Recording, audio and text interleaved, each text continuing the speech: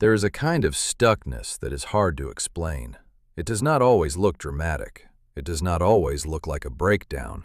Sometimes it looks completely ordinary. You open your laptop. You stare at the same document. You scroll through job listings. You glance at your calendar. You think about what you're supposed to do next. And nothing becomes any clearer. It is not that you do not want a better life. You may want it desperately. You may want to change. You may genuinely want to try again. But wanting something is not the same as seeing a way forward. When you look ahead, you do not see a path. You see fog. You see walls. You see options that all feel too late, too far away, too uncertain, or simply impossible. This is where most advice starts to feel strangely unreal. Just start. Make a plan. Stay positive. Believe in yourself. Think about where you want to be in 5 years. But what if 5 years does not even feel real? What if imagining next month already feels difficult? What if the problem is not that you refuse to move, but that you cannot see anywhere that feels possible to move toward? This video is not about forcing yourself to feel hopeful.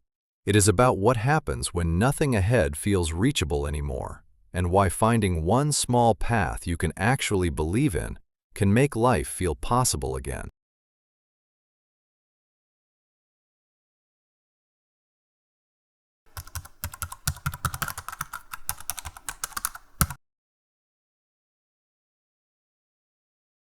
When people feel stuck, they often blame motivation. They tell themselves, "I know what I should do, I just can't make myself do it."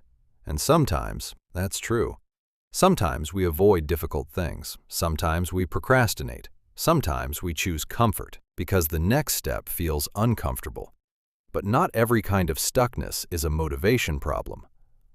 Motivation needs somewhere to go. It needs direction. It needs a future that feels possible. It needs to feel that today's effort is connected to a life you can still imagine. If you cannot see that connection, motivation has nothing to hold on to. That is why simple advice can feel almost insulting when you are deeply stuck. Someone tells you to apply for more jobs, but every job feels like another closed door. Someone tells you to start over, but starting over sounds more like a slogan than a real path. Someone tells you to get your life together, but you cannot even tell which part of your life to begin with. From the outside, this can look like laziness. From the inside, it often feels more like blankness. You are not sitting there because you enjoy being stuck. You are sitting there because every direction feels unreal. And when nothing feels reachable, telling yourself to try harder does not solve the real problem. The real problem may be this: you are not only missing energy, you are missing a believable way forward. That distinction matters, because if you mistake future blindness for laziness, you will shame yourself. But if you recognize it as a pathway problem, you can finally begin to work with it.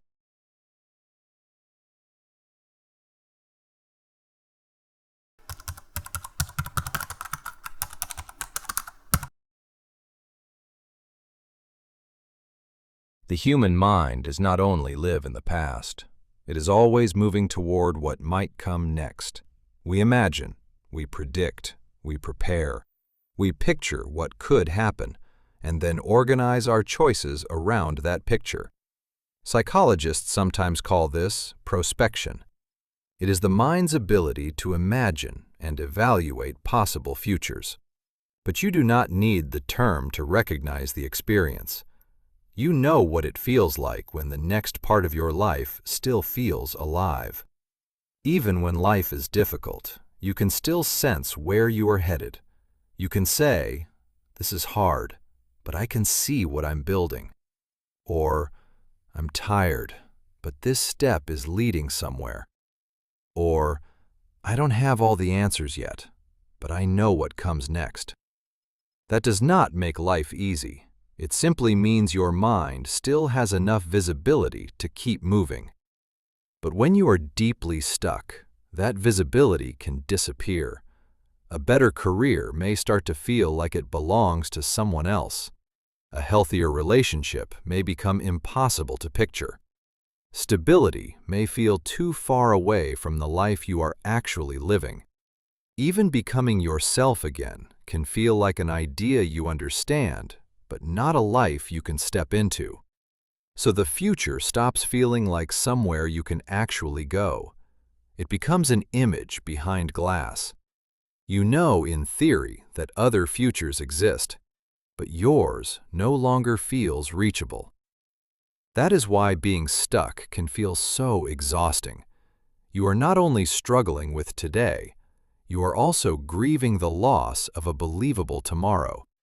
And when the mind can no longer imagine a life it can still move toward, even small actions begin to feel strangely empty. Not because they are meaningless, but because they are no longer connected to a direction you can actually see.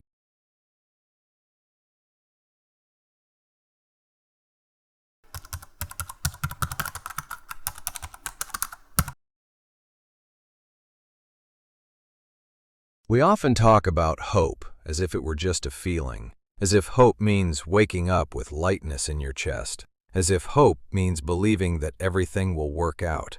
But hope is not just a mood. Hope has a structure. The psychologist C.R. Snyder offered a helpful way to understand hope. First, you need a goal, something that matters enough to move toward. Then, you need pathways, realistic ways to move toward that goal. And finally, you need to believe that you can still take the next step. That idea matters because it makes hopelessness less mysterious. When you say, "I have no hope," it does not necessarily mean that every part of you has given up. It may simply mean that somewhere the structure has broken. Maybe the goal no longer feels clear. You no longer know what you are trying to build. Maybe the pathway has disappeared. You know what you want, but every route toward it feels blocked. Or maybe even the first step feels too far away. You can see the path in theory, but you do not feel capable of taking the first step. Those are different problems, and they need different responses. If your goal is unclear, forcing yourself to act may only scatter your energy. If the pathway is missing, motivation has nowhere to go. If even the first step feels too big, a huge plan may overwhelm you instead of helping you. That is why just have hope does not work. Hope is not something you can always choose directly. Sometimes it has to be rebuilt, one part at a time. Not by pretending you feel better, but by repairing one part of the structure. A clearer goal, a smaller path, a first step that feels real enough to take. Hope is not the same as certainty. You do not need to know that everything will turn out well. You only need one possibility that is not completely closed.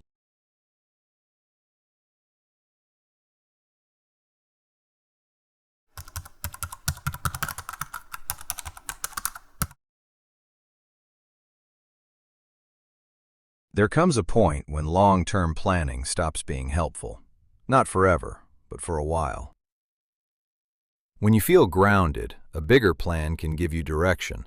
A one-year goal can keep you focused. A 5-year vision can help you make better choices. A clear ambition can organize your energy. But when you can barely believe in next week, a 5-year plan can feel less like hope and more like humiliation.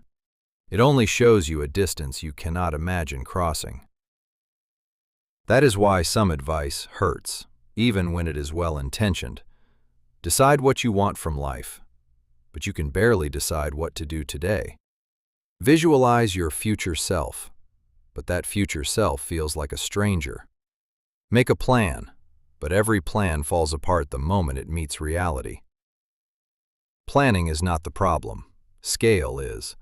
A future that feels too far away can become psychologically unreachable, and once something feels unreachable, it no longer inspires you. It begins to shame you. It reminds you of the distance between who you are today and who you believe you should already be. So sometimes, the wiser move is not to dream bigger. It is to bring the horizon closer.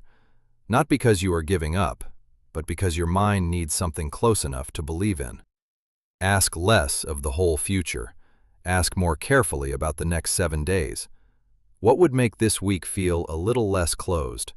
What is one problem that could become slightly more manageable? What is one place where life could begin to move again? A smaller horizon does not mean a smaller life. Sometimes it is simply how life becomes reachable again.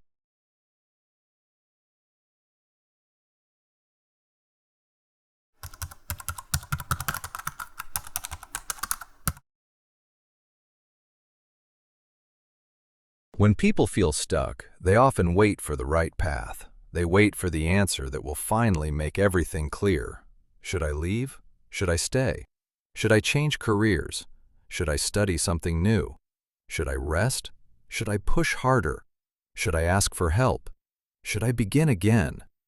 And because none of those answers feel certain, they choose nothing. But the first path does not have to be the final one. It does not have to explain your whole life. It does not have to prove that this is the right choice forever. It only has to be something you can test. It needs to be small enough to try, specific enough to teach you something, low risk enough that if it does not work, it does not break you. That is a very different way to think about moving forward. A pathway is not always a promise. Sometimes it is simply an experiment. You do not have to know whether a new career is the one you are meant for. Maybe the next step is simply talking to one person who already works in that field. You do not have to know whether you can rebuild your entire creative life. Maybe the next step is opening the old file and working for 20 minutes. You do not have to know whether your whole future is figured out. Maybe the next step is writing down 3 possible directions without asking any one of them to save you. Testing is not glamorous. It will not give you the certainty you may be looking for, but it can give your mind something that hopelessness often takes away. New information from real life, not the reality you fear, not the reality your mind invents at 2 in the morning. Real feedback. A small test can tell you something. It can show you what opens, even a little, what closes, what feels more real than you expected, what still does not fit, and where you may need to try a different path. A pathway does not have to be perfect. It only has to be real enough to test.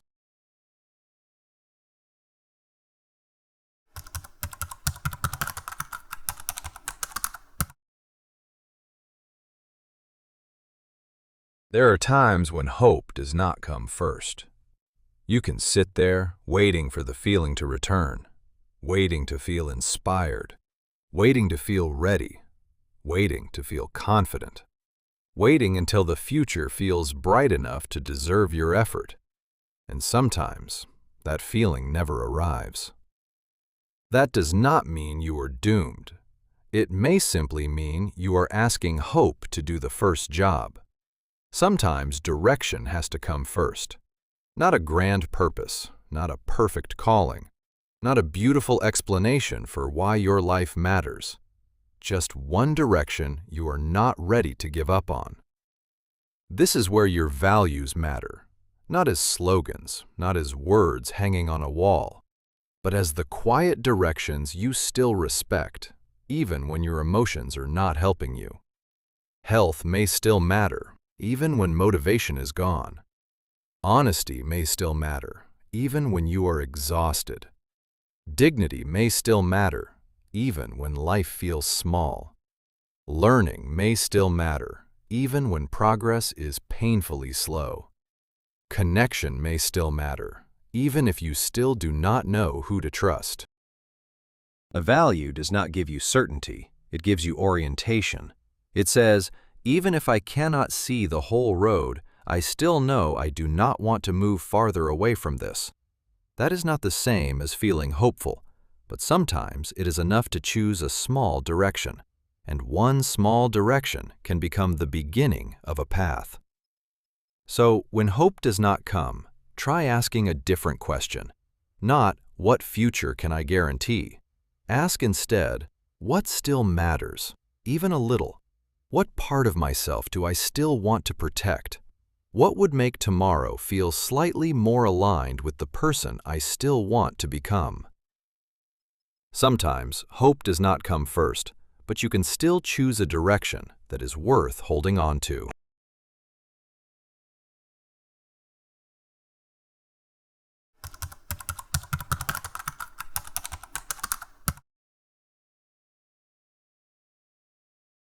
So how do you rebuild a way forward when nothing ahead feels clear?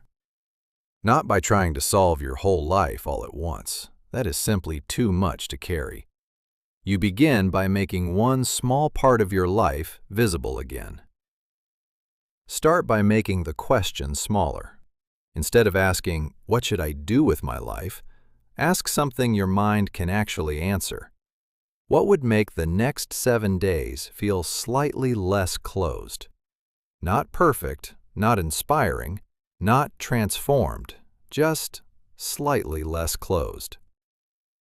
Then ask yourself, what exactly is stuck? My life is stuck is too big to work with. It turns everything into one heavy problem. Try to be more specific. Is it work, money, your health, your relationships, your creative life, your sense of direction? The moment you name the part, the fog begins to thin. You are no longer trying to solve your entire life. You are looking at one blocked pathway. From there, try to see more than one possible path. Hopelessness has a way of convincing you there is only one door, and if that door is closed, life itself can start to feel closed.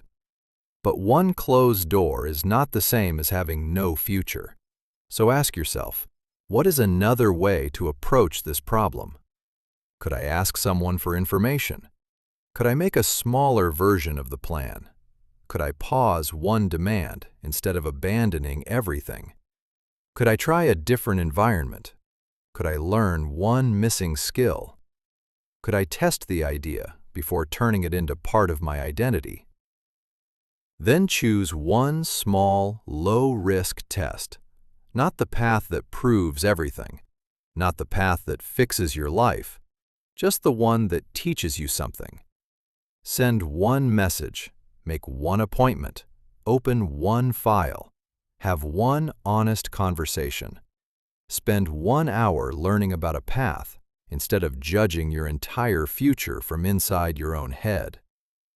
A test is not a life sentence. It is simply a way to let reality answer. And finally, let evidence arrive before confidence. This matters. Many people wait to feel confident before they move, but confidence often comes after contact, after one small test, after one honest conversation, after one new piece of information, after one moment when an option stops feeling completely impossible. The first sign of hope may not be excitement, it may not be joy, it may not be a sudden belief that everything will work out. Sometimes the first sign of hope is much quieter. It is the moment one possibility feels slightly less impossible than it did yesterday. That is enough to begin. Not because it solves everything, but because life no longer feels completely closed.